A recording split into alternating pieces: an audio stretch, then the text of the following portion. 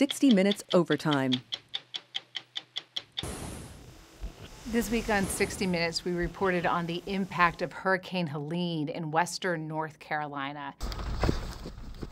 We just had to kind of make our way up the mountain very, very carefully, kind of testing roads as we went to make sure it was safe to get through. A lot of the back roads have been washed out. There were bridges that had collapsed. Green Mountain's about 45 miles north of Asheville. You could see the beautiful, sweet little North Carolina town just kind of sitting precariously on the edge of the road where the North Toe River had come down and really just washed out an entire area. It came up to the 7th step. We met Jane Whitson Peterson. She and her husband and 96-year-old mother were trapped inside the general store that the family owned, stuck on the 2nd floor. We saw a house float down. In front of here? Yes. If you've never been through it, something I never want to see again. And I hope and pray that nobody has to. It's been about 3 weeks since Hurricane Helene hit North Carolina, and there's just a ton of work to be done in that area. Over 500 roads are still closed, and more than 100 bridges are going to need to be replaced. It's going to be years before this county is fully recovered from it. We met Jeff Howe. He's the emergency management coordinator for Yancey County. You hear the phrase, you can't get there from here. We have a lot of that. Part of the community, it's cut off, and they have to actually go around through Tennessee to get here, 60 miles one way. Have you registered with FEMA at all? FEMA is on the ground and to try to get aid to people, particularly in those remote areas. They've set up a number of processing centers and are trying to get people coverage to rebuild. It's worth noting that most people in kind of the hardest hit areas do not have flood insurance. Western North Carolina is also dealing with this second storm, which is this storm of disinformation about the federal government's response to Helene. Stories about FEMA seizing trailers and draining tankers, and we're going, that is really not happening. How does that impact workers on the ground? It takes their focus away from what they're supposed to be doing when they're having to debunk this sort of stuff and explain to people, no, the U.S. government did not geoengineer this storm. But like I said, some people, they're going to believe it no matter what.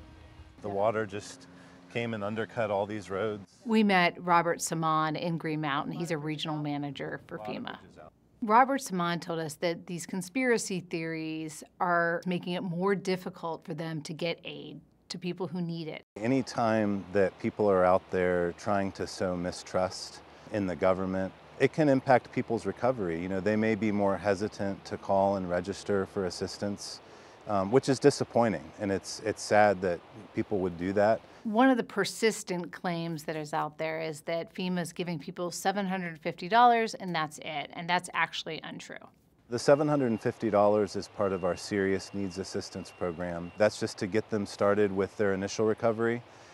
We're going to work with them to get them additional funds for other things that they might need, home repairs, things of that nature. The $750 is just the beginning. Robert Samaan told us about some of the ways FEMA and local officials are trying to fight disinformation. Absolutely. FEMA has set up a hurricane rumor response webpage debunking false claims like this one that disaster relief funds were diverted to help migrants. Local officials are pushing back too. This Facebook page from the Rutherford Emergency Management Response Team denied a conspiracy theory that the government was going to seize the town of Chimney Rock. Now to North Carolina, where we're learning that a man was arrested after reports of an armed threat against FEMA workers. The day after our interview, a call was made to the Rutherford County Sheriff's Office saying an armed man had made a comment about possibly harming FEMA employees in western North Carolina.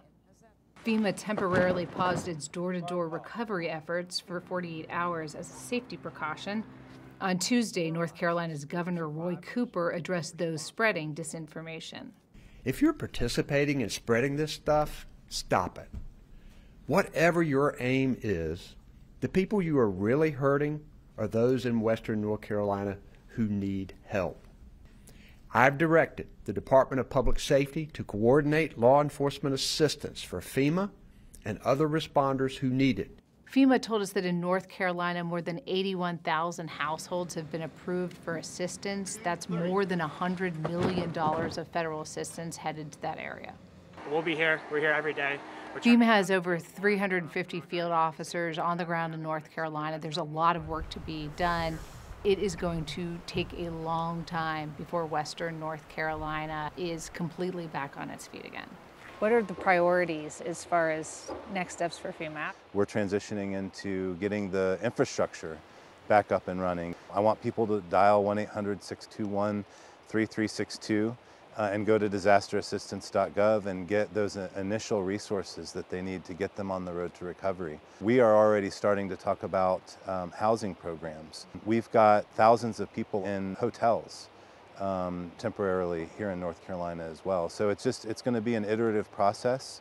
We're going to take a while. Yep, and you know, at the end of the day, we're all in it together, the local governments, the citizens, the state government, and FEMA.